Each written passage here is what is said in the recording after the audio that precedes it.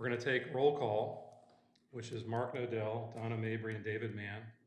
Missing is Dan Miller, Susan Gay, Bruce Kaufman, and John Gauger. So there are only 3 of us in attendance, which means we do not have a quorum. So we would officially adjourn. Could I propose we wait a few more minutes for Dan before we adjourn?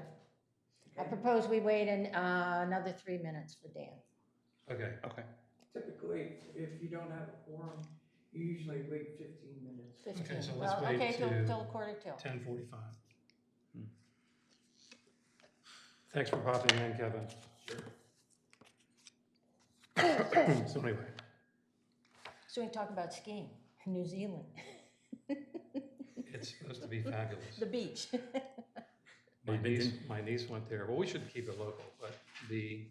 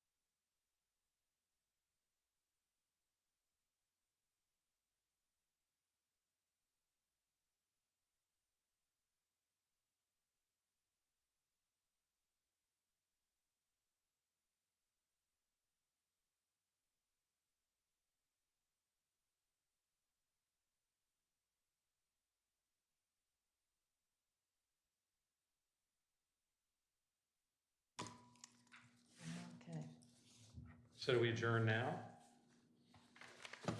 No quorum? No quorum? Adjourn? Adjourn. 10:45 PM. Okay. Okay.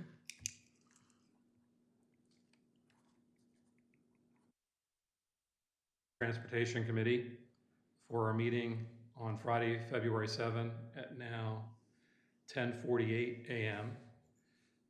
In attendance is Dan Miller, Donna Mabry, Mark Nadell, and David Mann. We're missing Bruce Kaufman, Susan Gay, and John Gauger, but we do have a quorum, so we're going to get started. So the first thing we're going to do is approve the minutes from the last meeting, which John was nice enough to prepare, and hopefully he can watch this streaming and redo it again for us. So do we have a motion to approve the minutes? Approved. A second? Second. Okay, so Dan and Mark. So the minutes are approved. We have no correspondence. So we're going to just cover briefly old business. And old business would be a crosswalk status update from Kevin Williams, who's nice enough to join us. And he sent us all an email showing us pictures of the blinking light, which from what I remember from Chief Banks is going to be a push button on either signpost. And the lights will start blinking, and hopefully that would be in place for the next fiscal year, which We hope to get it in before Memorial Day. nice. So if it passes the budget, we're hoping to get it done in April, early May. That's a blink. I went through it. I'm not sure if I understood it, but that's a blinking light that they press a button and that if the note they crossed, do people have to stop at that or? Correct. So, you know, the old adage in Delaware, you're in the intersection, you know, they have to yield for you. If you're standing on the curb trying to get in the intersection, they don't. So this is to alert them that somebody's getting ready to step in. Okay. So Oh, you thanks. saw a bunch of them out on Route 1. If you've been on the Forgotten Mile anytime recently, DelDOT put a bunch of them in. I thought they put stop signs and stoplights too. They have. But these are for 3 intersections at 3rd, 4th, and 5th Correct. on The Rehoboth Avenue. 3 uncontrolled intersections on. The objective was to provide secure crossing west of the controlled intersections at 1st and 2nd Street. What the city calls blocks 3, 4, and 5. And then the block between the Circle and the Canal is 5.5 or 6, something like that. So, and I think that what I recall is the signpost and the median will have signs facing both directions, so there'll be one post in the middle. I think there's one that has to have a double. Has to have 2, because okay. It's just too far apart, but for the most part, the one in the middle is a dual-sided one. And then when Chief Banks was here at the last meeting, he showed us long-term the potential for lights embedded in the pavement, which I think would be a lot more expensive, I'm assuming. Correct, yeah. Yeah. That would wait for a street repaving or something. That'd be my guess, yeah, you hadn't really talked to me about it. So, In looking at the pictures, what stood out to me was that the crosswalks weren't clearly painted on the street. That, you know, with the bricks and just a single line on each side, they just don't stand out. And just looking at the pictures, I just felt that was missing. For me as a driver, I'm really looking at the pavement. And when they have those nice white stripes, you really see them on a highway and you really know you've got a crosswalk here. And I think people are more likely to look at that than to be looking at signs that are positioned at like shoulder height on the street. well, they're higher than that. I think center point's 8 feet. They've gotta be above your head. Yeah. Yeah, well, see, I think drivers and people are really looking at have their eyes down at the pavement, not up. And so I think they miss a lot of signs on the side. So Not in Rehoboth. They're looking at tourists walking by, they're looking for their hotel, they're looking for the restaurant. well, but I think The it problem adds. is they're not looking at the road. Well, but I guess what I was going to say, I think those white crosswalks are better. I think if they were improved on Rehoboth Avenue, that's what we really need. I don't think the yellow flashing lights replace that. I think both things, that in addition,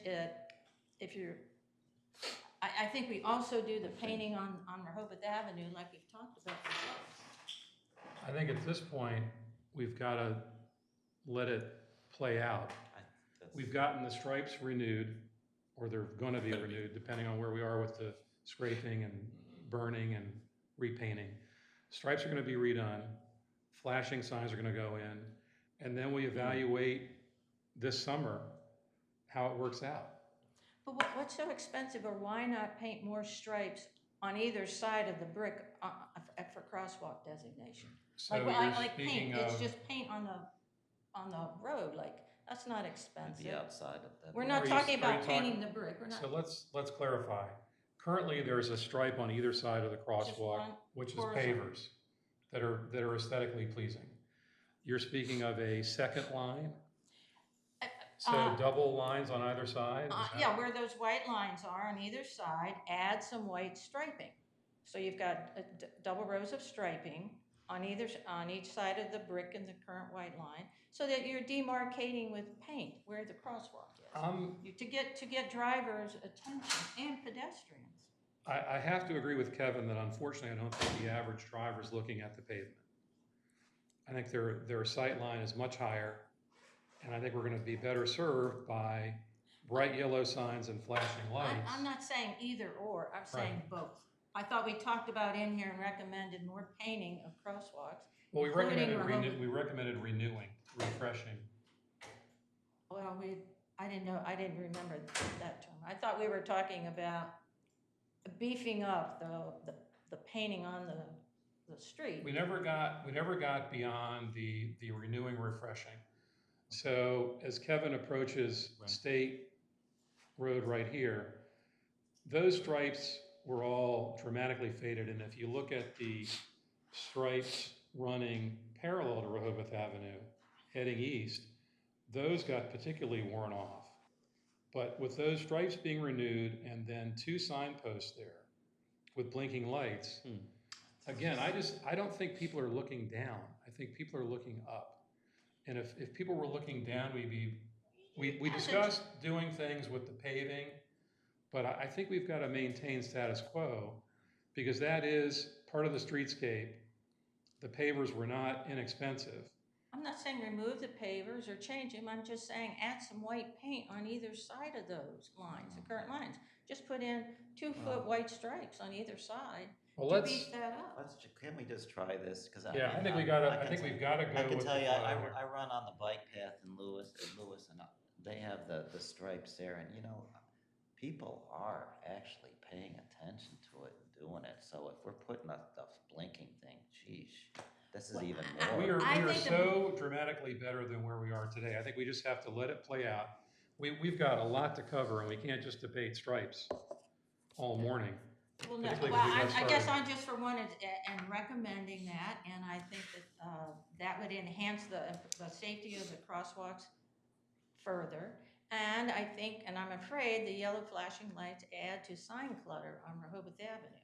So, Sign clutter is a problem, but safety to me comes first, particularly pedestrians who are so vulnerable.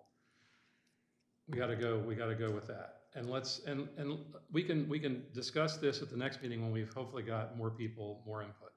Can I just say? Hold on a second, because Walter's got his hand up.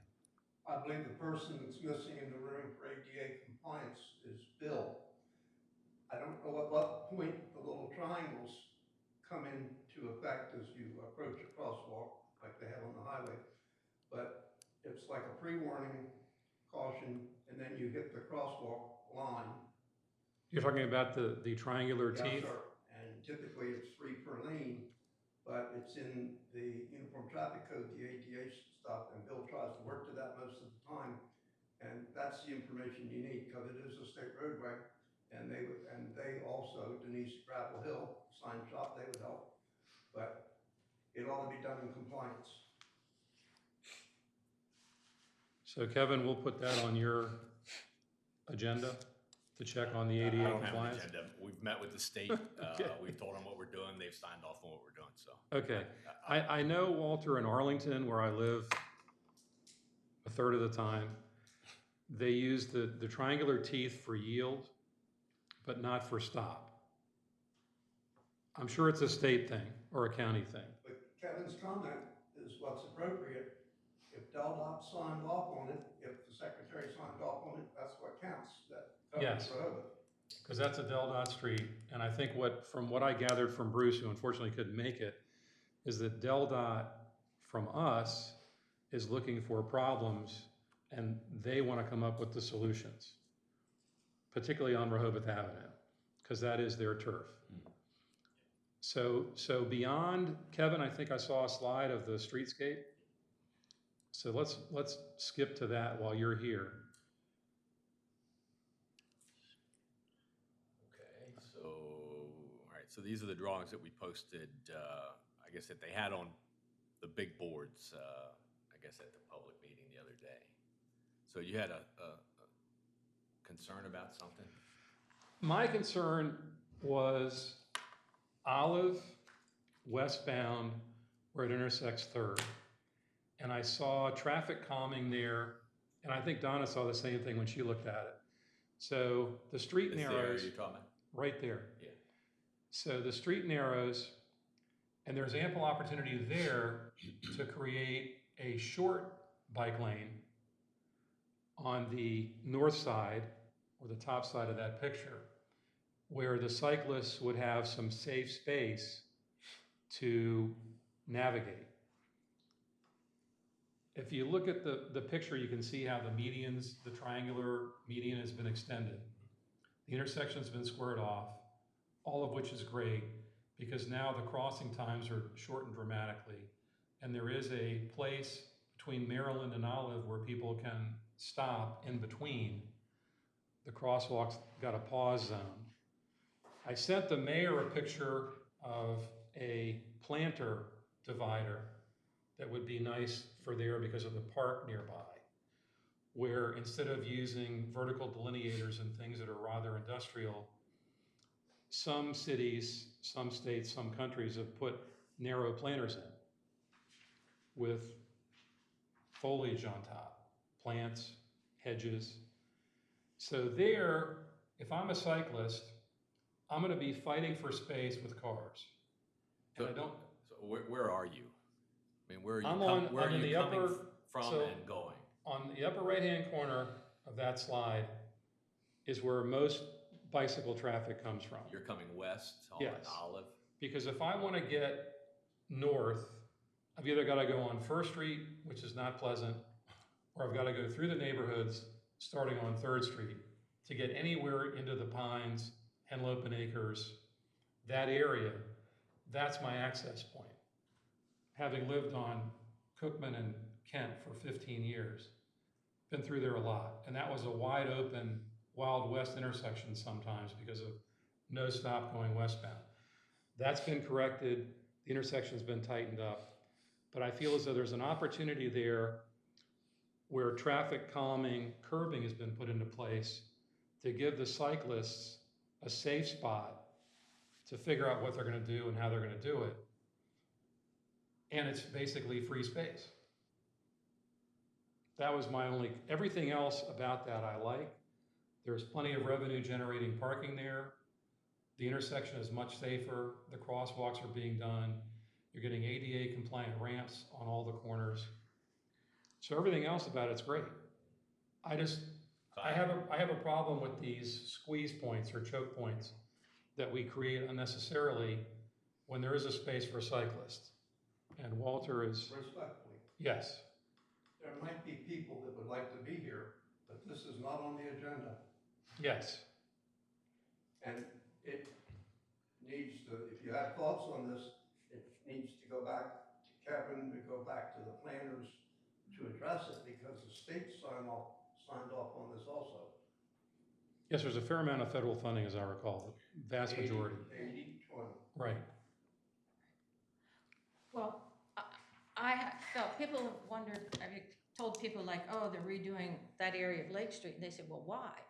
Like, and that struck me the same too, like, that doesn't seem to be a problem area at all. It Yeah. is though. It's a problem area.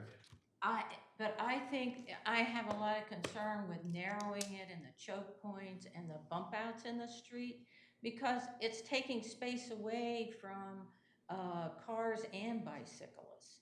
And I know I wind my way around town and I take a breath of relief when I get to that intersection. Because there's space and it's not that congested or busy. You can easily make your turns, whether you're in a car or bike. And so I think even squaring off those turns is problematic. I think bump outs and narrowing the streets, I think that's problematic, especially for bicyclists. And I went and I looked at that whole area the other day, and also all the existing there's good sidewalks all around. Almost all of them have ramps already, and they're crosswalks painted in most sections. And there's not a lot of pedestrian, and I really just question the need for changing this intersection. And I don't see a problem with the. I think it's a done deal.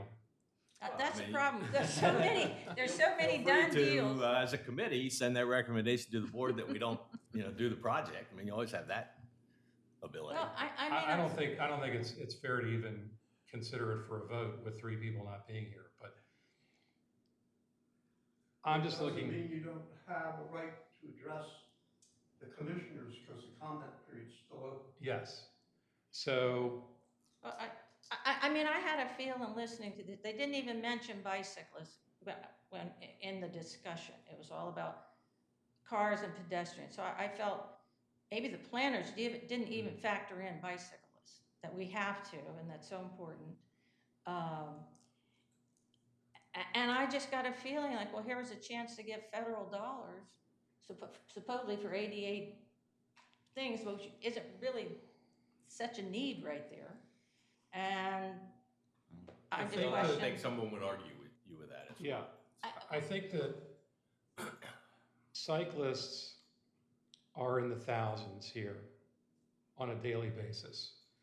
I've been reaching out to get statistics. The most recent statistic I was able to get was last September, where the Canal Bridge had 8,460 cyclists cross into the city. I could not get the numbers for Silver Lake. I could not get the numbers for Henlopen Avenue, Is that for a Ocean day? Drive. Is that for a day? That's 1 month, Oh, 1 month. 8,460. So we know from DelDOT 2 years ago, 60,000 people came into the city off the junction of Breakwater Trail.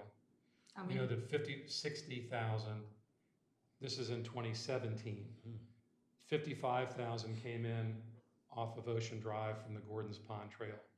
That information is old. The numbers are up dramatically.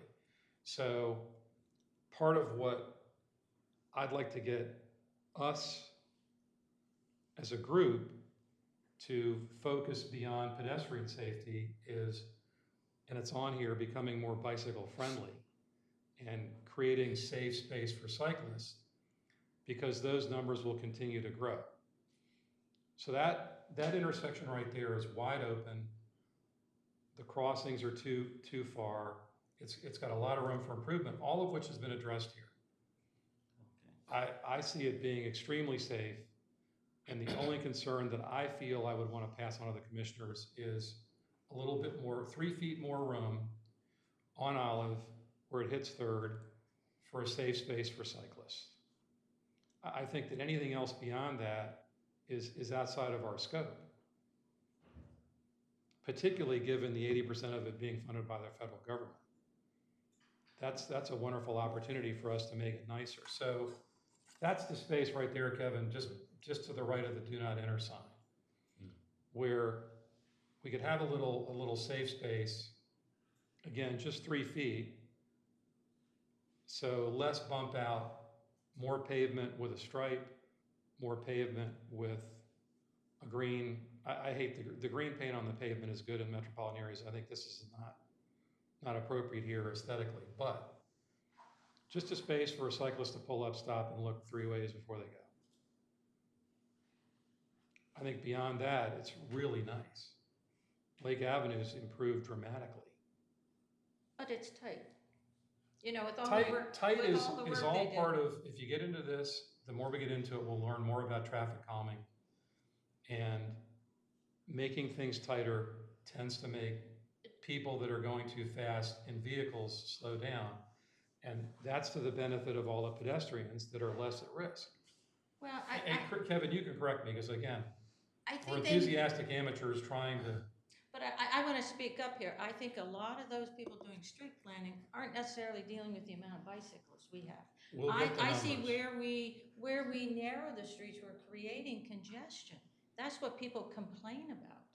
My idea is more to let the traffic flow and get where they need to go and get the cars off the streets. Let people move, and rather than stopping them and congesting them. And rather than creating congestion for cars, that creates congestions for bicyclists. Have you spent much time at that intersection? Yeah, Well, I use that too. I use Yeah, that to get it's- around town. It's my favorite intersection. I like the space. well, it's gonna be, I believe it's gonna be safer, but we've stated our case. But I don't know that we need to vote on anything in terms of recommending to the Board of Commissioners.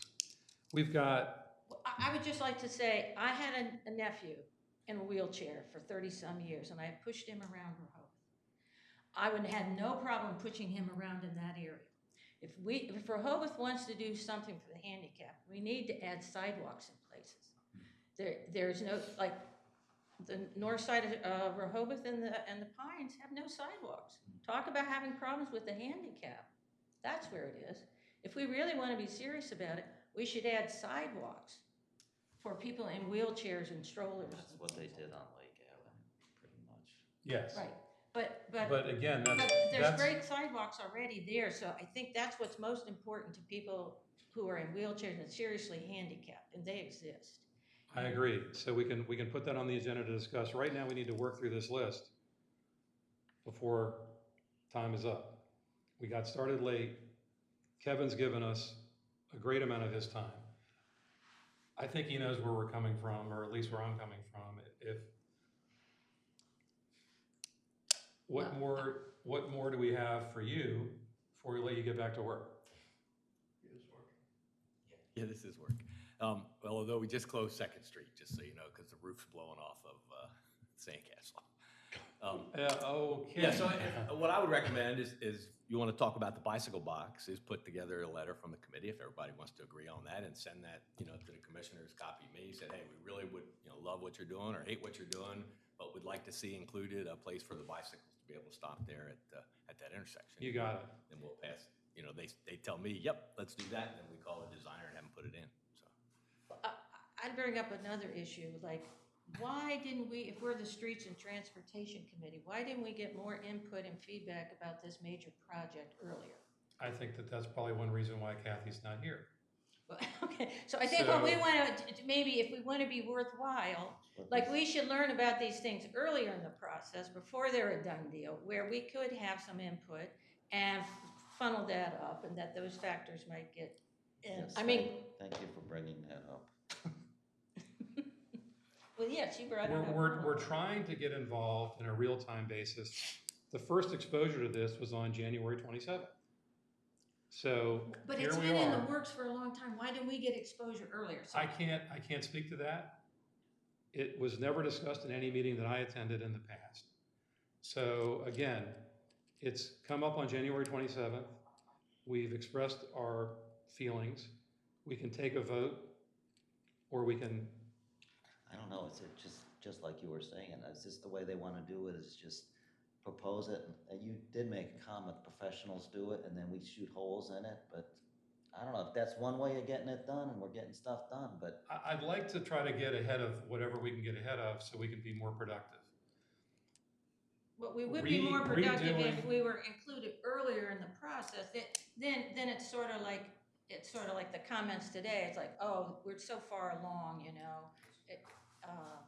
If we were included earlier. Well, I don't think any of us are arguing with you on this. we're at not all. arguing that point, but we do have other things to cover. So let's, Wait, one thing first. yes, First of all, the chair told us that many different city committees had input into this, and this plan that was brought back was to show what was being proposed. There was 27 people in the room, probably a third of them were sitting, but nonetheless, the most significant point up here, and you're talking about the bicycles, and they were quite verbal, and I think you're correct. But one of the things that's happening, this is going to get squeezed, and that's going to get squeezed down to one lane with no bicycle provisions. So if individually or as a group, asked to have it addressed, because now's the time to have it addressed. It's federal funding through the state of Delaware, 80%, 20% city of Rehoboth, and you have time to talk about it. But you need to get it in writing, and if you have something about this green stuff, this bicycle stuff, it ought to come back with pictures. 'Cause Exactly. I've not heard about this before. I have my camera frame now. I'm ready to get on it next week. Because I feel like there's an education process for all of us. The Board of Commissioners, everybody, in terms of what's, the state is making a tremendous effort to become bicycle friendly. They're a top 5 bicycle friendly state, and they want to keep improving. We're going to have 2 lanes coming across Rehoboth Avenue, across the canal, on the north side of the street, bi-directional. We're going to have 1 lane coming across, heading eastbound to flow with traffic. That pathway is going to be addressed. We got the curb cut to go behind the museum and around Grove Park and get to Henlopen Avenue. So here, I agree with Walter. We talk about bicycle space on Olive coming westbound, bicycle space on Maryland heading eastbound, and that's as much as we can ask for given what's available to work with there. And it is space that's going to have construction, and if it's less sidewalk, more pavement, the dollars are probably pretty close. Because I'm reluctant to get into things, given the city's budget situation and debt service, I'm reluctant to get into things that are going to have major expenses attached, because then, generally speaking, we're going to get to the bottom and be doomed to failure. This is something we can work on. So let's say we vote to send a note that we would like the city to consider bicycle space on Olive at 3rd, heading west, bicycle space on Maryland from 3rd going up to 2nd, where it can be done affordably and it adds to pedestrian safety and cyclist safety and less interaction between cars and bicycles. Okay. We know. You have something in mind. You do have I something think we just in mind. say. I think we just say we'd like those 2 things to be considered and If keep you're it going to simple. send something, David. Yes. Do we support the fact that they're going to make Maryland one-way east and they're going to make Olive one-way west? Absolutely. I have questions about that because that's going to create a lot of It's left-hand that way turns. now. It's that way now. Right. It's No, not. it isn't. Sure it is. Yeah. It is. Yes. Yes, that's the way it is. After they completed phase 1, they did not put, Lake Avenue, as I think about it, they did not make it 2-way again. They made it 1-way. They left Well, it. no, but I mean, I thought they were referring to Maryland from 2nd to 1st Street is going to be. No, Okay, you're that's just what I saying said. in that little Yeah. island. We're Okay, stopping at okay. 2nd Street. Okay, so it's just right there as it is, where they have those little, okay. So can we Take a vote. take a vote? I'd like to add, but I'm also concerned about the fact they're narrowing down to 1 lane in each of those areas. It's 1 lane now. It's 1 lane now. What we're saying, I see, if you okay. look at that picture, and you look at the middle of the picture between the arrow and the X, the median is going to come towards us and extend all the way to the pedestrian crosswalk. So the pedestrian crosswalks will be 1 lane of traffic, a median right there where Kevin has the arrow, and then another lane of traffic for westbound. So a person crossing an intersection right now is exposed for a fairly long period of time. That's going to be shortened dramatically because right there where he's moving the cursor, Straight across. it's going to be That- 2 crosswalks. The island will come almost out. And the light gray is going to be median. So we're not really narrowing, the 2 one-way sections. Okay. There is a bump out at the corner. So I think, again, we say we'd like bicycle space on Maryland, we'd like bicycle space on Olive as it intersects with 3rd between 2nd and 3rd. And that's all we really need to get into. Everything else is good. It's just a good proposal. But you are adding parking. Along the island, Yeah, correct. and I believe that's what I would call direct revenue. That's meters. Right, So That's Kevin, not permitted, that's direct revenue. so, excuse me, Kevin, so is that a net gain in parking? I forget now, I think If it is, it's one or two. Yeah. Okay, But I think we lose one or two as well, because a couple of them become ADA and they're a little larger. But it wasn't done at all to increase. I thought the revenue. best part of this project was helping the city with stormwater management and fixing sewers and stormwater drains and things like that. I mean, that's what I've heard is a critical need in the city, and that this project took a step in taking care of those things. So, and then in the island, is there going to be plantings again, or is that all going to be some kind of stormwater management? So this part of it, all the new part, is gonna be a depressed stormwater basin, Uh-huh. and it'll have an overflow so it has an opportunity to infiltrate through and recharge. If it gets too much water, it'll overflow into a drain and go to the lake like it does now. And then all of this gets replanted by Liz and her, tree committee. So there'll be planting and the basin? Catch basin. Right, and the catch Okay. basin has plants in it. Okay, I don't think they put trees in the catch basin, but they'll put plants down in the stormwater basin and then replant all the trees up here with more natives. I hate to ask a dumb question, because I live right on that street, and I don't have any problem with water, but is there a problem up the street? The issue is,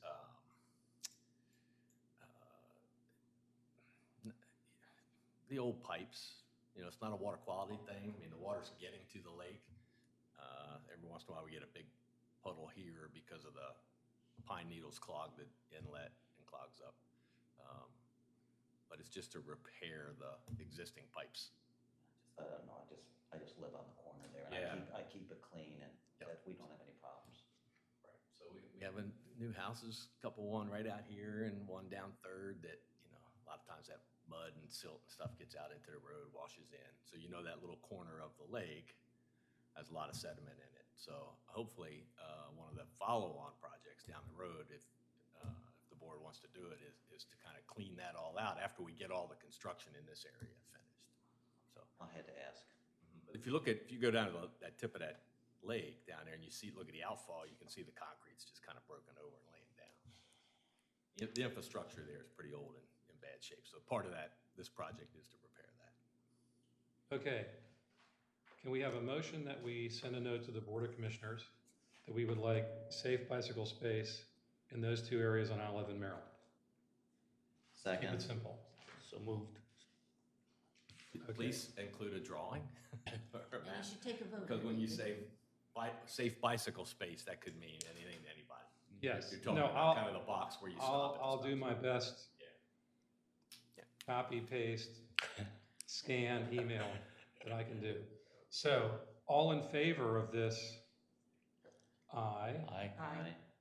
Anyone opposed? and this is just something you're gonna do, right? Yes. Thank The you. one variable that's not completed yet, we asked about lighting, Yes. and the center of the island, for lack of better words, island triangle.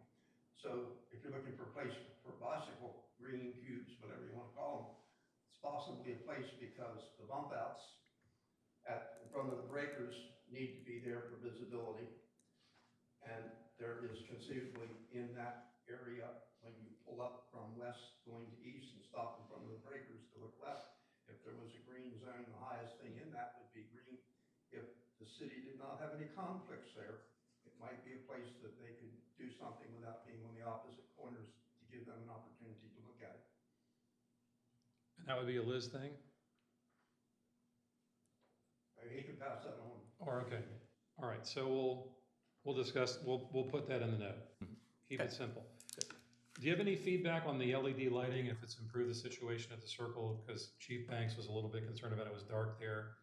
At the traffic circle? At the traffic circle, Rise Up is opened. The lighting's been changed to LED. My feeling was it was much better. I wouldn't expect there'd be any complaints about it there. I mean, Right. usually we get the complaints outside hotel windows and Right, residential windows and that kind of thing. light pollution complaints. The problem right now at the roundabout is we have lights out. Aha, Well, which ones, Walter? Street lights or the acorns? The big ones down the middle? Okay. okay. Susan's not here, so we really can't get an update on the Surf Avenue recommendation. But that's that's the other pathway that, speculating over the increase in bicycles, it's probably equal to the people coming across the Canal Bridge, which has been addressed. So hopefully we get somewhere there.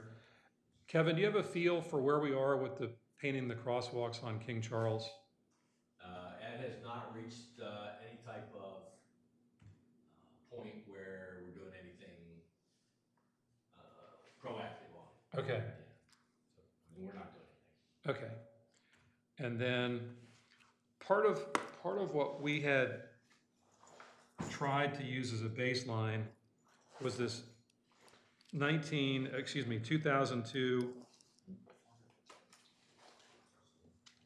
pedestrian and bicycle plan. So the city bike loop, it's in here. We've proposed it on multiple occasions. We want to get people around downtown to the boardwalk in both directions. Just don't know why we haven't even done Well, temporary things for this. Evan can probably speak better to the wayfinding because that's going to be part of it.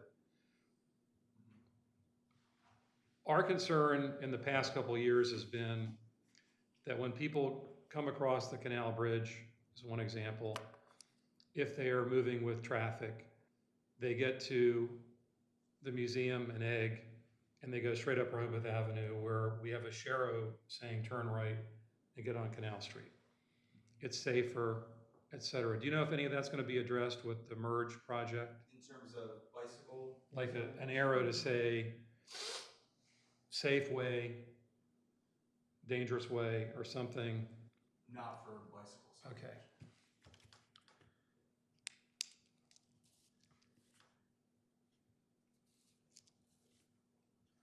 I think we'll be better served in making recommendations once we have the numbers of the bicycles coming across that bridge.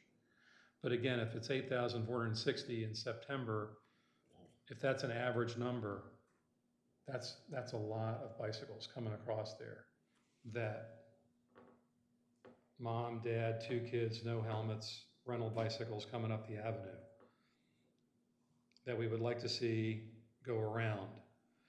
So I think, being shorthanded, we can put this on the agenda for next time and finalize it with a highlighter and say this is, because we did it with Dennis. Yeah, We thought did it was with John. great. Right, so I think we just pick I up thought there. I thought it's already been recommended, and I thought it I was. think planned, but it got lost in the shuffle. Yeah, the only thing I just really don't understand is why this thing, I'm sure Kathy was frustrated too, why something temporary couldn't be done. I can barely hear you. Why something temporary wasn't done, like putting little flags up or stakes or something to mark the bike path. It would be cheap and get it done, and then let people shoot holes in it while we're waiting for this wayfinding signs to do, because now we have really nothing. When's the wayfinding sign installation scheduled to begin?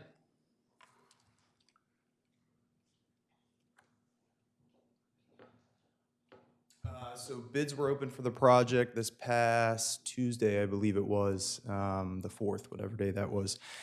So a recommendation, the bids were being reviewed, they're still being reviewed now, just for accuracy, completeness. And then we have merge, we'll actually do a call to the bidders, just to ask a couple questions, notify them that they were the potential low bidder. But an award recommendation's going to be made to the Board of Commissioners February 21st. And then from there, probably sometime in March is when they would get a notice to proceed. Yeah, this is talking the money, but what's actually on those signs and where they are, is that something Merge is just going to do? Do I understand? I went to the meeting. Correct. Do I understand that right? Yes, so that's the whole wayfinding signage program, the design, the number, the locations, that's all been finished. That had to be done prior to it going out to bid. That was just something that they just did, and then you guys. Correct. The commissioners approved it, and now. Correct. Now bicycles weren't considered in that, right? There are bicycle signage, there's signage for pedestrians, vehicles, and then just general bicycle information. There's sort of pedestrian kiosks as well that provides a lot of information in terms of destinations, locations, just general information about the So city. it's pretty much a done deal as far as, we had professionals do it, and it's a done deal. Correct. And we can throw stones at whatever they've Sure. done. Yeah. That's the way we're handling it. Yeah. That was what I was instructed by the mayor to wait until their proposal's done. And then we can fine tune. Okay, well, There just will be so a I chance for understand. input and fine tuning? Yes, that's my understanding. I had a chance to spend some time with Evan and Kevin driving around, looking at what's gonna go where. So And, as we and- get closer to it, then we can look at exactly what's proposed, because they are just signs. They can be changed. It's not like they're etched in stone, carved. final check. This is what I was told. So that's where we're gonna, Like, Keep going. and the contract that's going out, Evan, is it for making the signs and the posts and installing them? Yes, it's for As well? fabrication and installation. And installation? Yep. And what kind of companies do that? There are a number of companies out there. They've actually, we received bids from all over, from Florida, South Carolina, you name it, that specialize in Doing that wayfinding signage as well as just, Are there any in-state bidders? no, I don't believe there were Or any is in it state. anything that the state does? Like, they do some signage, and, The Delaware Department of Transportation might do some signage, but it's mostly regulatory signage. It's not really anything friendly or I would say eye-catching or anything like that. Now, I will say that we've heard that the Delaware Department of Tourism is supposed to be working with Merge to do a wayfinding program along Route 1. So that was one of the reasons the city of Rehoboth Beach actually joined in on this, Right. this project, because it was going to be done in the city of Lewis. I know that they're in discussions right now with the city of Lewis. Route 1 from Lewis to Rehoboth Beach, and then Rehoboth, right now, we've finalized our designs and it's out to bid, or the bids were received. well, I just wondered I knew the state did some signage, and if they would be a bidder in this process, or if that helps with it. No, no.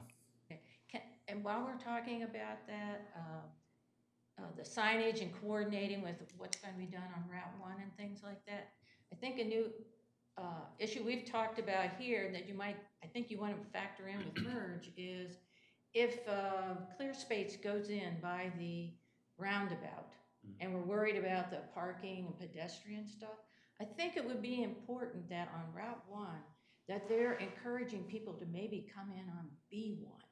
I think there may need to be signage or something on Route 1 to get people to come in on B1 and avoid the traffic circle. well, that's outside the city, so it's outside our purview. Well, I want to pass it on to Evan to be Right. thinking about that. Or I could imagine, like, if there were signs that changed out there at 1, like, let's say when things are blocked up at the circle because of clear spaces performances, at that time, the light out on the Highway 1 would say, take B1, fastest route, B1, and send traffic on B1 to avoid the circle. And if that were happening, that could help take the heat off of that traffic circle. I think that Bruce has a pathway to tell that, so let's, Okay, I wanted to throw that out. right. Be Okay. thinking about that, Okay. because clear space wasn't an issue when we were talking about the merge stuff. Okay, we're gonna burn through this now, Donna. Crosswalks on State Road at Munson Grove and Canal Hickman. So Canal Hickman now has a silent policeman. Have you Yeah. seen that in the Yeah. middle of the street? So that just popped up. Yeah, I I just saw a saw bunch it of them pop coming up. here this morning. So there is now bolted down to the double yellow line, bending in the wind. Oh, really? So when did Yes. that come, or how did that come about? Again, we didn't Ma- talk about it. Started here. We've talked about it in the past, where the problem at those two intersections is they're not ADA compliant. And I believe, from what I remember from Kathy, is that the federal law requires that there be an ADA compliant ramp on either side of an intersection in order to paint a crosswalk. She had some conversation with Anthony Aglio about there might be a way around that, but Anthony was not available, so I don't know if that's possible or not. But clearly, the silent policeman has been installed, which is Plan B. I know from conversations with Chief Banks that he's not in favor of them in the middle of the road because emergency vehicles and things may have to run over them and then they get taken out. So my conversations there in the past were he would prefer them on either side of the street. But in any case, I look at this like we've got one down and one to go. No, I saw another one on Surf. Surf, there's one, looks like they added one on Surf. As you take the corner, you turn on Surf around the Well, Henlopen it's- Hotel. It's an area that the chief, yeah, At Kenny Wingo's house, they fixed it. Okay, well, I was surprised to see them, and I didn't know how, I didn't recall them originating here. I think that They've been bringing them up so we've many been times. discussing, Kathy was a popular proponent of them as well, that in the absence of ADA compliance, that's certainly better than nothing. Way better than Yeah, nothing. I support that. I think that in busy intersections, I didn't see that as the busiest intersection. Because these two intersections that are listed here are also part of the bike loop going to the south and from people from the south getting to the circle to go across and get across Route 1 to go to the north. Because we've never really been able to do much about Silver Lake because that bridge is historic and can't be modified. But there are a lot of people coming over from Dewey to go to Rehoboth that use that bridge. It's something that Bruce and I have been discussing where that is a prime Sharo location, that pathway. But this here, new business A, we're now gonna see if we can get a silent policeman at Munson and Grove to complement the one at Canal Hickman across State Road. Because that is a busy street, it's wide open, it's easy for people to speed there.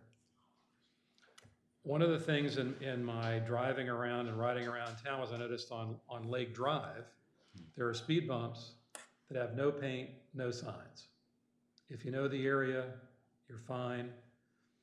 Lake Drive is an area that we discussed in the past. Dan may remember that's a piece of pavement that could well have a bike lane going opposite traffic to get cyclists coming across Silver Lake up to King Charles and the boardwalk. Hallelujah. And Yes. again, that's part of, as Kevin mentioned, photographs, that's one of my projects, is to show there are many places in many cities and towns where one-way streets allow bicycles to move against traffic because there's space available. So Lake Drive is a prime place where we could propose a bike lane heading east toward King Charles on the right-hand side of the street as you head east, because there's space available, and it would be far safer for a cyclist to come across the bridge and turn immediately right than to go across Lake Drive, go to the next intersection, et cetera. So that was why I put the speed bumps on here. They're not visible. There's no paint on them. There's no teeth. There's no sign saying, here it is. And I think there are 3 of them in one block. Kevin probably knows better, but Yeah, I think you're right. And that's between where, Bayard and between Bayard King Charles? and King Charles, Lake Drive is one way westbound. Yeah, I see that. And I felt like vehicles are at risk. There should be some identity of those speed bumps. Mm-hmm, They're there clearly to slow people down. mm-hmm. It's one of the few places in the city that there are multiple speed bumps. Okay, so David, are you recommending both things, like paint the speed bumps and add this bike lane going eastbound? I think as we get into this cycling gateways, which is down here at F, that's one cycling gateway that could be accomplished with paint quite affordably. I guess, yeah, I personally would like to be able to go that way on Lake Drive, but I don't know if we want to encourage bicyclists going against traffic. We can't. It's against the law. Yeah, You well, can't. no, I mean, or I don't think, they say like on Route 1, one of the reasons bicyclists are getting hit is because they're traveling against traffic on the sidewalks. That's correct. And so drivers aren't accustomed to looking that way for bicyclists, and that's how they're getting hit. And if you remember when Bruce was Bruce saying, when yeah. Bruce introduced himself, and there's actually a video of Bruce on YouTube. I don't know if I sent you guys the link or not, but painting those stencils on the sidewalk to encourage motorists to look in both directions. Because clearly it's far safer for a cyclist, particularly an ISOP J1 student, to be on that sidewalk than it is to be in the bicycle lane on a bicycle. But they could be on the sidewalk going in the direction of traffic. They're not gonna do that. Any more than they're gonna put lights on their bicycles or reflective tape on their backpacks or wear a helmet. We've already determined they're not gonna do that. And I defer to Bruce's experience and his wife's experience with these kids. But part of what we have to do is recognize that in countries where they come from, they don't wear helmets and they ride on the sidewalks. And they ride on the sidewalks against traffic. And in many cases, they ride on the street against traffic. So in the case of Lake, we could propose that the city consider putting a bike lane on the south side of the street to get cyclists safely from Silver Lake to King Charles. Like I said, I'm a little concerned about introducing that kind of thing in town that might encourage that kind of behavior. It's a dangerous behavior for the most part, to encourage that in town. By If having it's, if it's an identifiable bike lane with paint,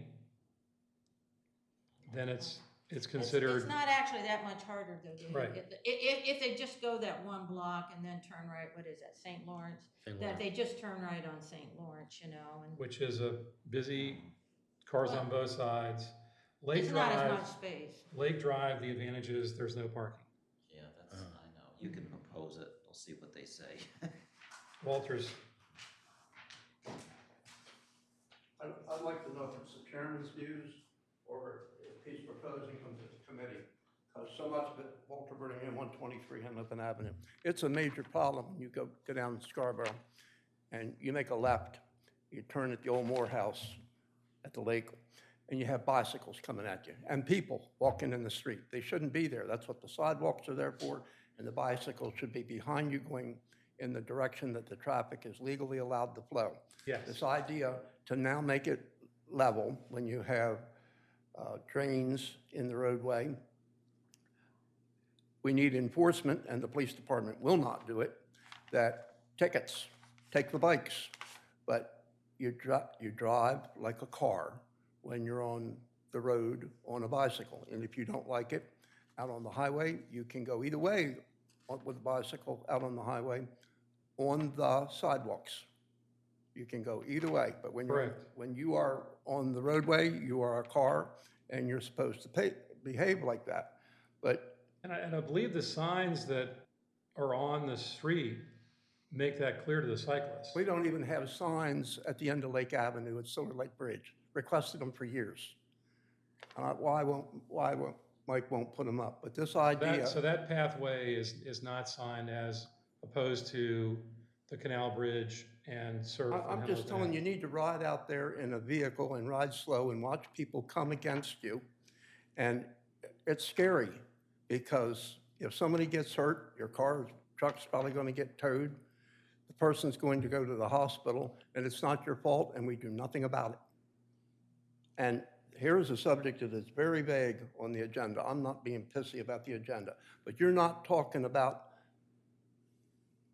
what's it say? Speed bumps on Lake Avenue and no painter signs, but we're talking about bicycles. And these are not extended descriptions of what's going to be talked about here today.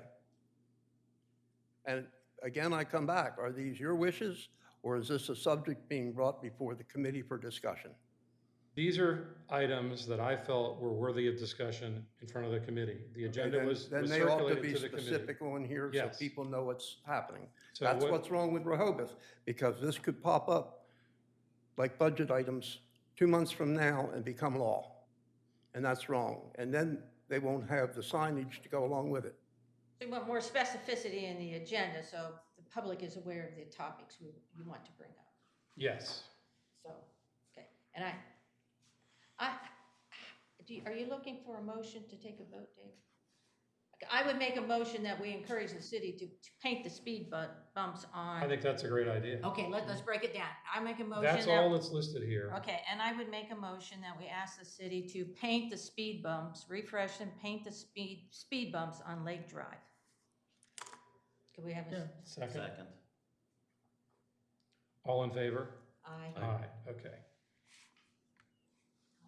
Paint the speed bumps. your other idea, you maybe put that on the agenda for next time. For the- Well, it's down here at the NF, but in any case, we got two things we're gonna send off now. Mhm.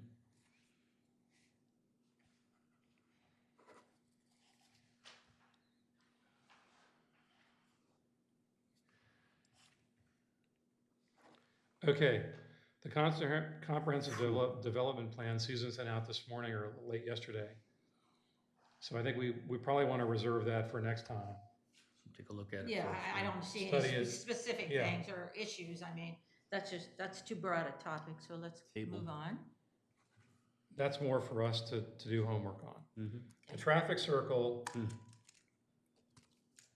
Bruce's recommendation was that we identify to DelDOT the problems that we're experiencing.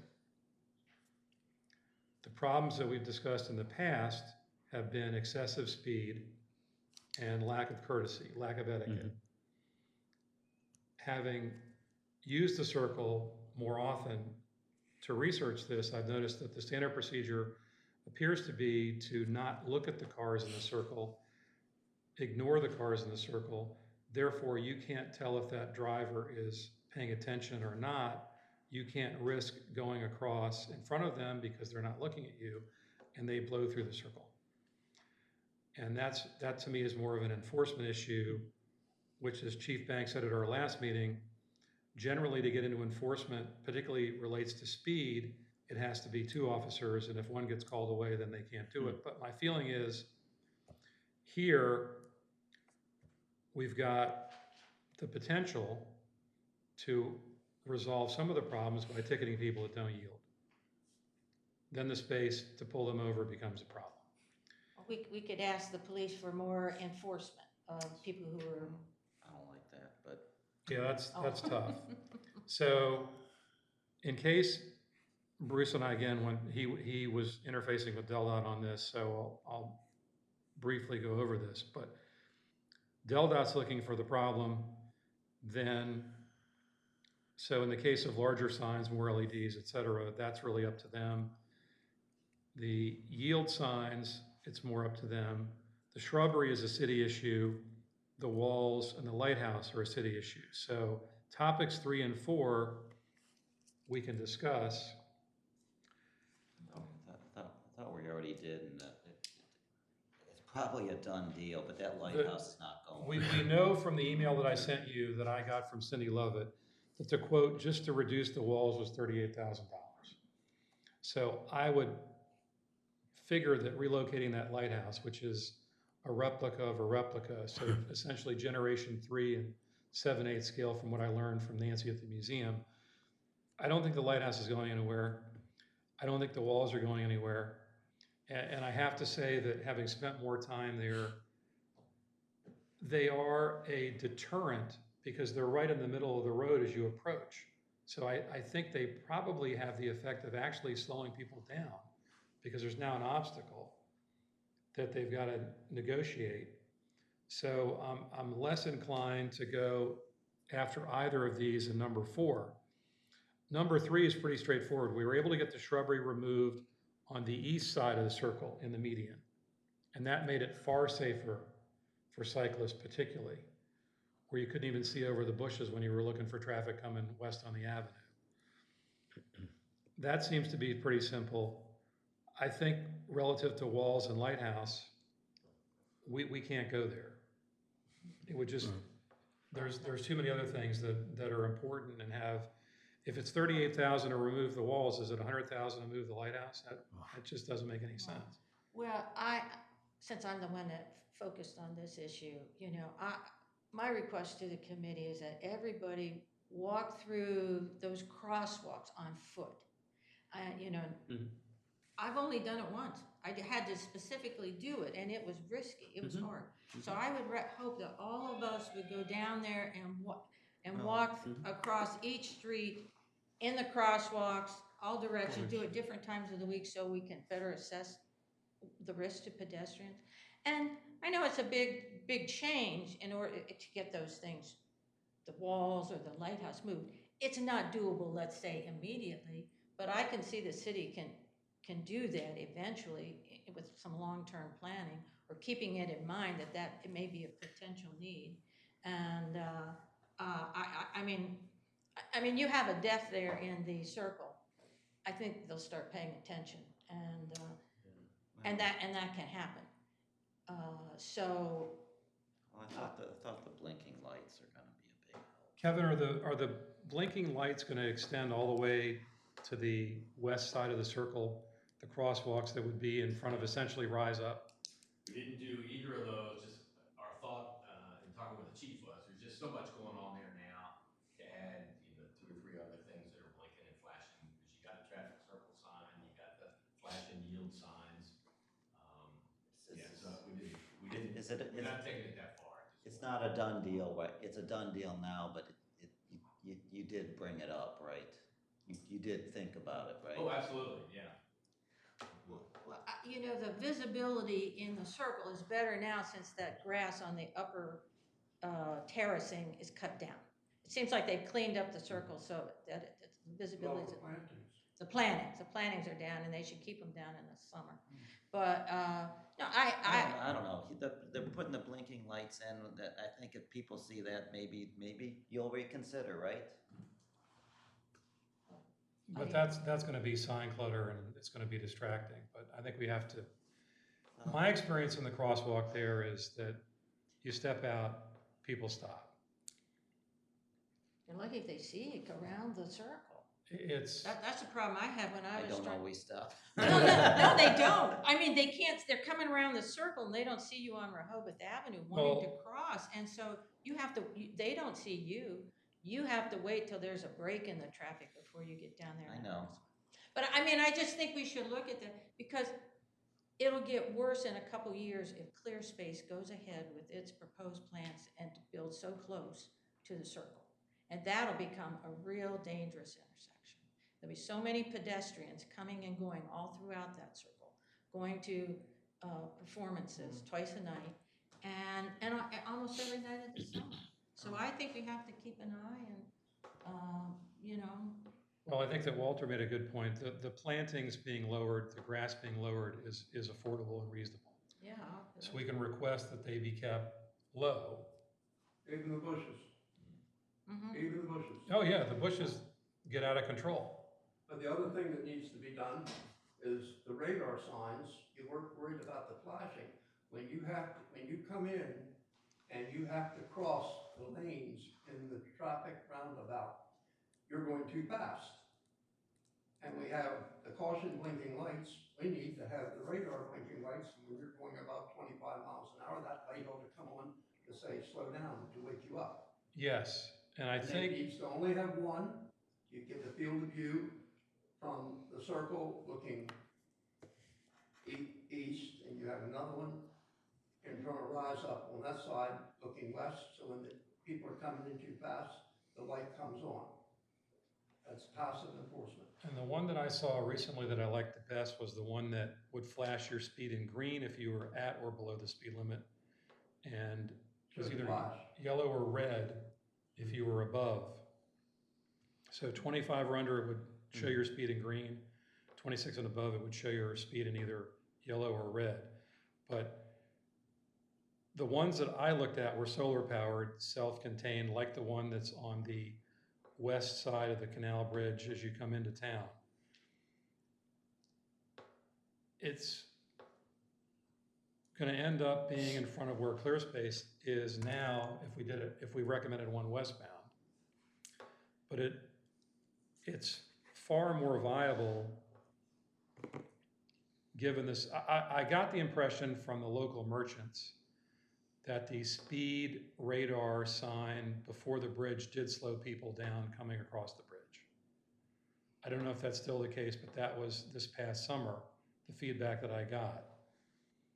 The negative from the local merchants there is the honking, the noise pollution.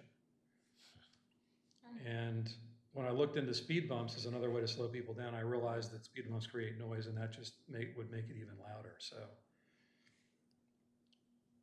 should we go on the record about keeping the plantings low?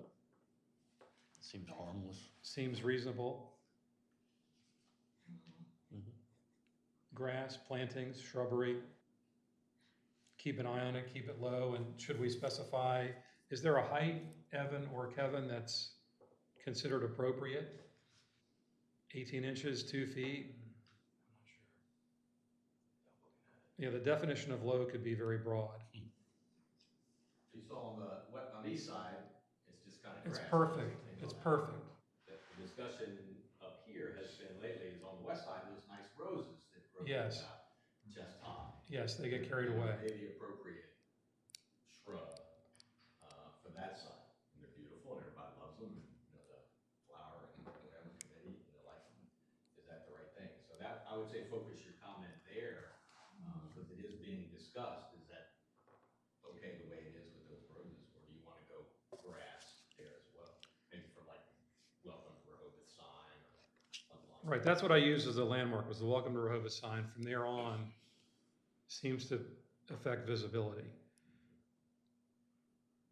Should we make a recommendation or should we go back with a tape measure? You wanna just throw a number out, is that what you're saying? Because I think we'd be saying so many feet from the circle, we want, low plantings, like no more than 18 or 24 inches. We're good Which in would the- mean it might mean taking out some more of the rose bushes to the west. We're good on the east side of the circle in the median. We just got to work on the west side of the circle in the median. So that was where I used the Welcome to Rehoboth sign as a starting point. From there, heading east. I don't know that we have to measure. I think we can make a general Select low Yeah. plantings But that who would, selects it? Does Otto get to select it based on billing for what they plant? Or are they told to keep it low because with the rose bushes, if they get this high and then they grow up this high, they're in the way. They ought to be low or not Yes. rose bushes or something else. or something else. Right. Mhm. So let's make a statement that if the rose bushes continue, they've got to be pruned to a height that does not affect visibility of motorists, pedestrians, and cyclists. Or if they cannot be kept low on a consistent basis, should be replaced with something that's lower and does not affect people's field of view. Is that a fair, simple statement? Kevin's zooming in now. Yeah, I was just going to try to get, and I don't know how new the imagery is there. But, oops. You can see the sign right there. Yeah. It's about 2/3 of the way. Right, so that's fairly recent. That That's, stretch right there, 2018, is it? Yeah, so I think it's all roses there now, right? Maybe from the circle sign even? it's either got to be from the welcome sign or the circle sign. And Kevin, with what you have up there right now, as you're coming out Rehoboth Avenue, from the crosswalk at Rise Up is very effective because the headlights of the night shining into Yeah. the eyes of the people going eastbound, that particular piece is effective. Right. And with a little bit lower in the piece between the crosswalk and the roundabout, with them being depressed, because usually they make that sweep, but great value in the piece in between, Yeah. because that does not cause a problem. Okay. And it helps shield from the headlights Yes, coming in. sir. So Kevin, So maybe it's just a little piece here. yeah, if you would scroll back a little bit, maybe we recommend from the street sign as opposed to the welcome sign. So the green circle sign would be the break point. From there, eastbound. Well, you think that's obstructing?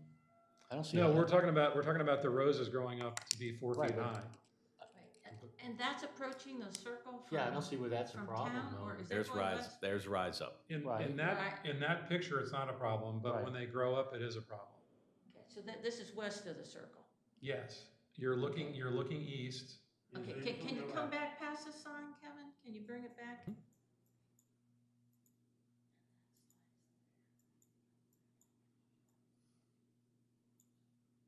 There's welcome to Rehoboth. Right.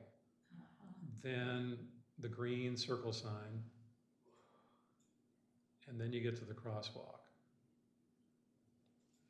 And it needs to depress a little bit as you get at the crosswalk, because you can have a person with a stroller there, a low stroller, pushing it across. It is a safety point, but that they can get across, but they can also be seen. Okay, so let's decide whether we're gonna And recommend those are from the, roses there, they're the lilies and the roses we're looking at.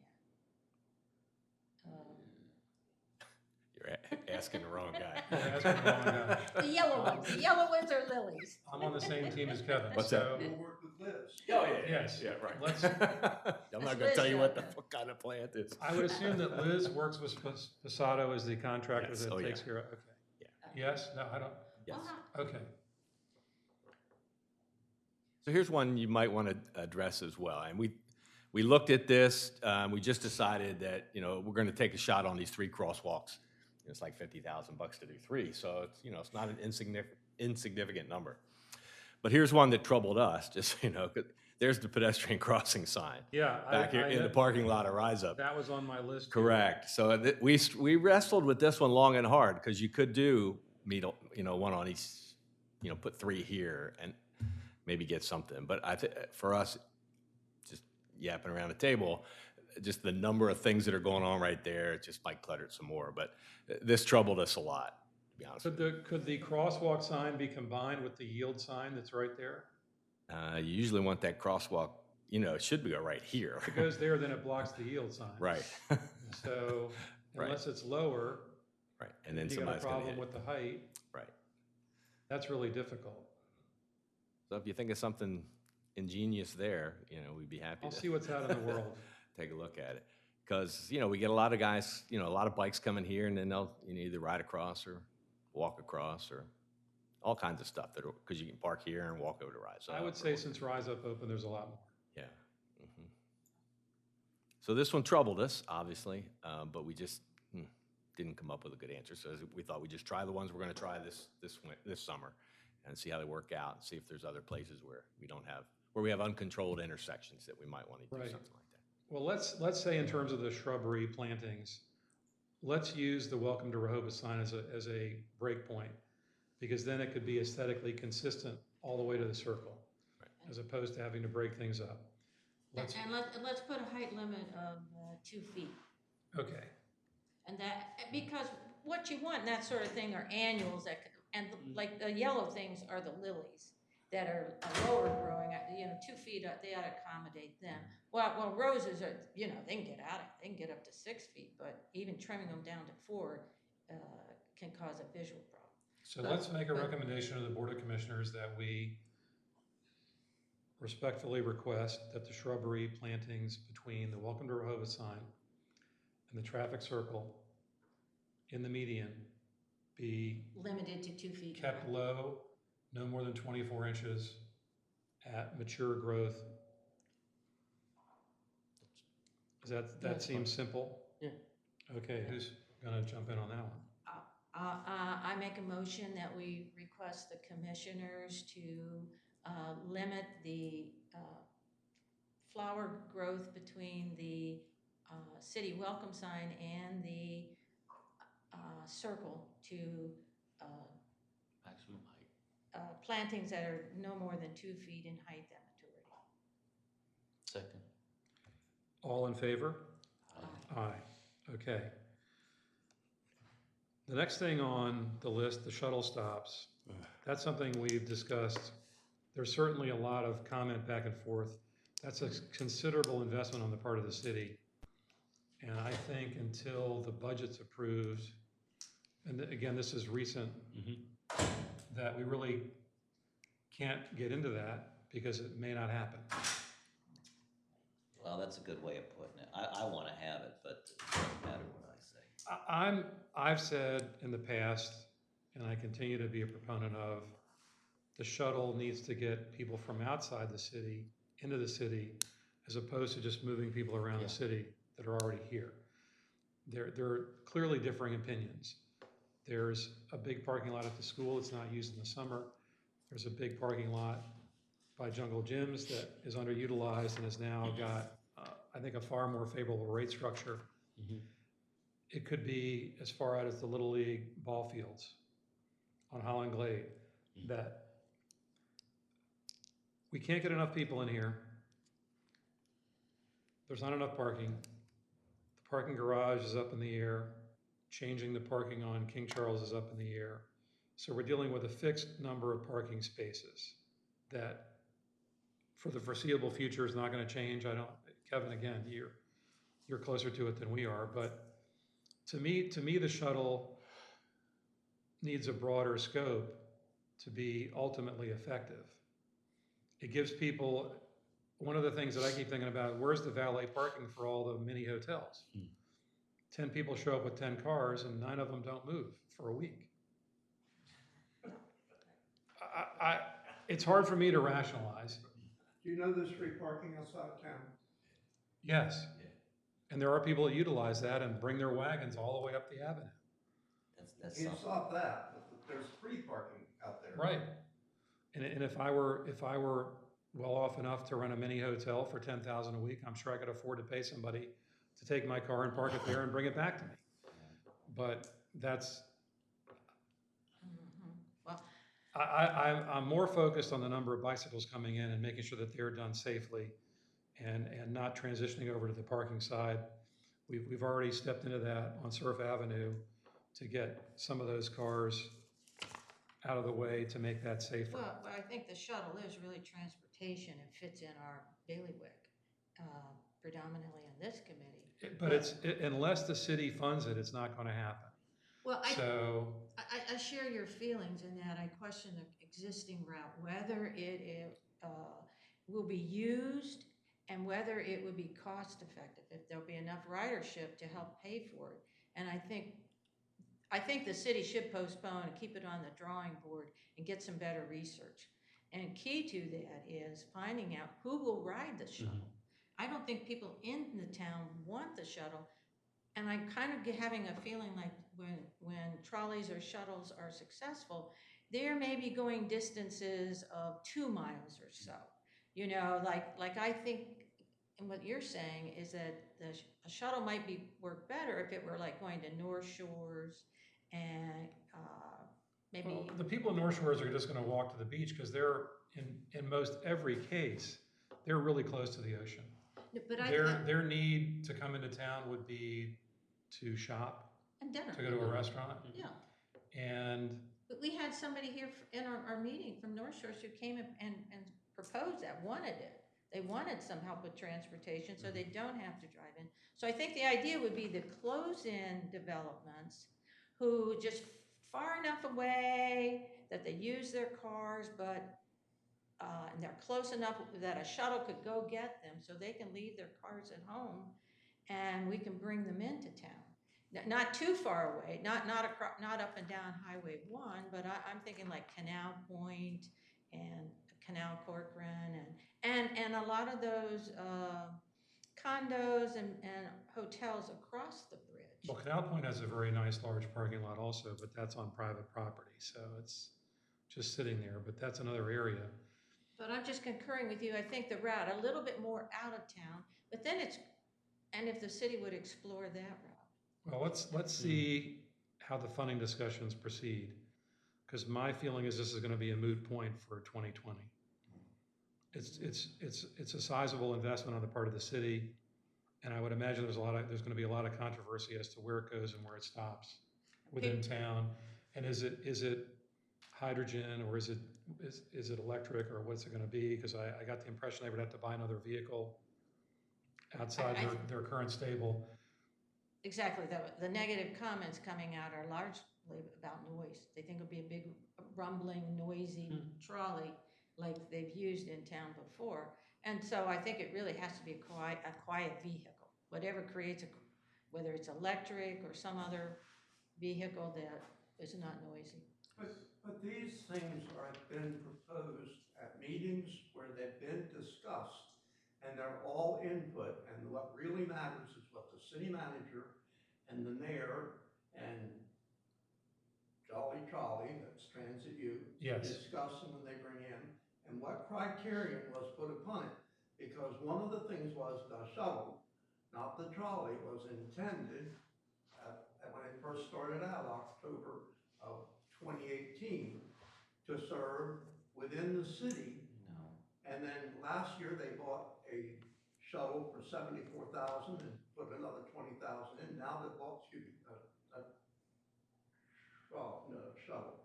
And now they bought another one in anticipation, not knowing what's happened. We've heard that as of a couple of weeks ago, over 160 some calls into City Hall against it. But we don't know that that's true or not true. But if all the people that have interest in it don't come and get together and have an open discussion and find out good, bad, and different what the things are, there's gotta be a start somewhere. You might do it for a couple, they're customer mind, but not much. But in any, the trolley is, but all due respect, the mayor's trying something, it's a passion of his, and there has been plenty of openings for input. I mean, Are you saying Jolly Trolley has already purchased they a had trolley? one last year, all ready to go. Did they but the use city it wouldn't someplace make a last commit- year? The city wouldn't make a commitment. At the last meeting, Carol stood up and said, having nothing to do with this, but she said, the visitor's guide's going to print 140,000. There are so many things being done, and they're under a crux for all the little things that everybody wants done here in town. If they're gonna try it, maybe one year, maybe it's two. But for $102,000, I'm ambivalent. It's gonna go right by my house. But everybody should come and say yes, no, or bitch at a common meeting so everybody knows what everybody else. And there's no workshop coming this month, so things are gonna get backed up even more unless they have special meetings. So what's happening, should have been happening in October, November, is just starting to happen now. So in your experience, who makes the call for that workshop? Where does that Well, start? That's the mayor. That's because not enough people here. But there's some important stuff. Back in 18, when they first were having private meetings about it, we never heard about it till February at budget sessions. So should we make a recommendation as a committee that there be a workshop scheduled for the citizens of the city to have I think comment? they already had one, wasn't there? Didn't have a specific workshop that I'm aware of on the trolley. I know Lydia made a presentation at one of the Board of Commissioners meeting. She's made two. Right, and she talked to us. And then they went back and had another meeting, and so the questions need to go to the mayor and city manager of what they intend to bring forward to. I think we just budget pose that session. as a separate question. Well, or I was thinking what we might do if we support, like, coming into this year, I was very supportive of the shuttle, but with all the pushback and people in town not happy with it, I've had to rethink things. I agree with you, the route isn't good, but I thought, well, maybe after a year they'd figure that out. I think maybe at this point, the thing I would support a shuttle provided that it were an electric vehicle, that it were quiet. I could support it in that regard, but otherwise I feel I can't support the That's shuttle. already been proposed. Yeah, I don't think they want, I distinctly remember Lydia saying, not a diesel vehicle. And I'm a proponent of hydrogen, but I don't even know there's a hydrogen source around here. The exhaust becomes water. It's, in any case. So, Let me just leave you one thing, one thought I've been hearing recently. There's no lights at North Shores. I'm ambivalent to the whole thing. I'm open. But that doesn't mean that in a day they couldn't put lights down North Shores. So people should be open-minded, and can we do it? Do we want to do it? And if so, Yeah. the city would get it done. I'll just give my opinion. I know why you don't want it. You don't want any more traffic in your neighborhood. I want those cars out of my neighborhood. So that's the big difference. But I'm the one that lives there. I've got one of the best streets, but I've got one of the best streets in the city. We have all Lot the of empty people coming out of North Shores. A lot of empty parking spots on your street compared to mine. We don't have parking problems on our street. I know. Except people that park on the roadway and the police won't get them off. And then because we have the state. I want my problems to go to your neighborhood. Yeah, well, I think that, I so think the objective is, What is the global objective of the shuttle is to get people where people want to go is the objective to get more people into the city with fewer cars? I think that's, And to me, that's more of the objective. I can appreciate the moving people around the city, but I'm more inclined to think of it, again, in broader scope, getting people outside the city, into the city without a car. Right. If they're not gonna ride a bicycle, Mhm. and I don't consider scooters to be all that safe, and that whole technology is changing rapidly, so but I think people are confused. They think this shuttle has to be connected to remote lots. I don't see this remote lots being important. I think this is a shuttle that goes to where people live. They take the shuttle so they can leave their cars at home, so that those riders are not bringing more cars into town at home. But I think that's where, But as we said, There's the rub right there, because you wanted to do a certain thing, other people wanted to do something else. So parking committee would say, we like it because you can come right in, go to Govell Beach parking lot, and see the entire city without ever moving your cars. You can hop on it and it goes. Right. well, if it worked out, yeah. Or you can go to any of the residential neighborhoods, park in permit parking, and get anywhere you want to go to. Streets and Transportation Committee, I'm hearing, wants it to be able to bring people in from not the Jolly Roger, Jungle Gym, from the baseball diamonds out at Hickman Road. that's, Two different philosophies. Right. So somehow, and how does it all tie together? And ultimately, if both work, then there are probably multiple systems. Well, But it's got to start somewhere. So it sounds to me from what I'm hearing from Walter that there's more of a executive initiative toward a local shuttle than there is a satellite shuttle. Moving people, Myself having to be careful here. moving I people think- in I think town, it- around town. I think if the mayor and city manager and the board voted for it, I think there would be extraordinary effort to try to make it work and try to evolve the little problems. I do believe that, but there are people making a lot of time investments, us, them downstairs, Kevin and the people that have to do the infrastructure, the stuff that goes out there, and whomever gets the bid. So the initiative to me is more of an inside the city limits initiative. And then if that were to prove successful, then potentially the scope could grow and it could become a satellite. That would be great. And then, and it has to start somewhere, but someone's got to approve the money. It's been estimated at 16 minutes to make the route, and it won't work. That seems very fast to me. And so even with a couple of them subject, they've got enough people, the transit Jolly Trolley's got enough vehicles to make it work if something breaks down. But it's the sheer amount of traffic, because they bring it down Henlopen, turn it over to Columbia, take it down to 4th Street, and take it over to Sussex Street to make it work so they don't get up when traffic's backed up trying to get out of town. People aren't finding the best complaints they have. They need to find some good points and come to common ground.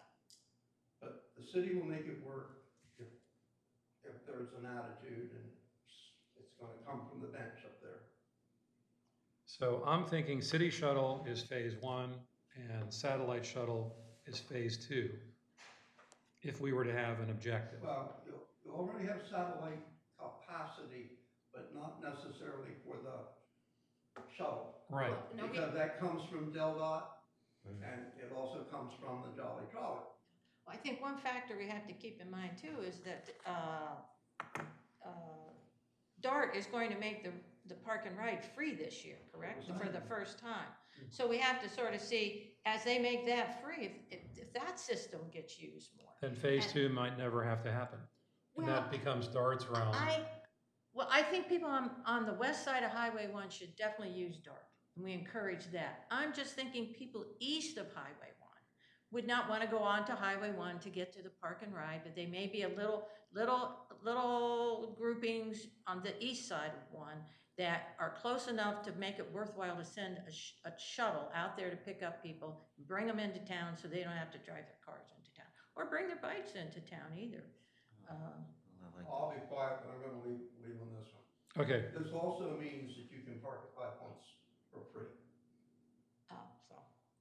biggie. Because a lot of people Oh. are gonna park out there rather than ride We and hope. wait to get downtown. They're gonna park there, and they're gonna get on the bus, and they're gonna ride the right shoulder on the bus. Yeah, all my the way feeling, down. my feeling is looking at that, ultimately, that space is too small. Well, and my suggestion to the commissioners as an alternative to doing the shuttle this year would be to set aside 5 to 8 parking lots in Deauville, 5 to 8 parking spaces in Deauville for taxis and Uber drivers. If they could park there for free, and then we would have taxis and car service on demand and encourage people to use those. So I think that would be worth trying so that in busy times, like people want to go to dinner on Rehoboth Avenue, they call a taxi and get taken in. People want to get picked up at the beach, bring in their beach gear, they call a taxi or Uber or something, get taken home. And so I think we could experiment with something like that before doing the shuttle. And somebody thought, well, if they were all at Deauville where we have parking spaces to give them, it'd be better if they were, maybe there were another spot where taxis could park in South Rehoboth, so that those It's taxis. really an issue when they're sitting in the car and someone's gonna give them a ticket, they're gonna move. Well, Really, we don't wanna fill up Deauville Beach parking lot with people that are not going to the beach. If we can Well, help it. but 5 to 8 parking spaces reserved for Uber drivers. They're sitting on Canal Street, in my experience. Well, are they? Well, but I think if we encourage that, or Rehoboth did, and they encourage Uber drivers, I think that, taxis. yeah, there's too much space available. And that lot, you can pay for on a daily basis, as I recall, we learned last time. It's permitted, but you can also buy a day permit if you pull up there at the little shack. So I'm not sure I would want to, but that to me is a parking thing more, and there's plenty of places these guys can park right outside the city limits for free and wait and Really? get into town Is that easily. happening? Because Yeah. Oh yeah. There's purple lights and blue lights. And there's local taxi service. Let's move along to the gateways before we know that the state is going to take care of Rehoboth Avenue Canal Bridge. So we know that that's covered by the state. DelDOT's taking care of that. Silver Lake Bridge is a problem because it can't be modified. It's historic. So to me, that is Sharo only option. There's no other way to get a cyclist safely across that okay, bridge. okay. The sidewalk is identifiable as sidewalk. So my feeling was that the Silver Lake Bridge, not having data, it's still a lot of bicycles coming across that bridge, that should be designated for Sharrows because there is no alternative there. Yeah. There's no escape path, and it is tight. And I like going that way to Dewey because it's far nicer than going out to Route 1. So my feeling was there, we should recommend Sharrows on that bridge if we feel as a committee it's appropriate to recommend. Yes, Sure. there's really no Yes. choice. Okay, who's gonna fire that one up? I propose we put Sherrill's on Silver Lake Bridge. Second. Thank you. All in favor? Aye. All opposed? Henlopen and Surf, we pretty much have already made our recommendation previously Right. as to what we would like to see there, some of which is affordable short-term, some of which would require a little bit of investment longer term. So then we get to State Road, and I don't see a lot of bicycle traffic coming into the city on State Road or leaving. It's certainly a pathway for motorists, but I see a lot more cyclists crossing State Road than using it to ride on.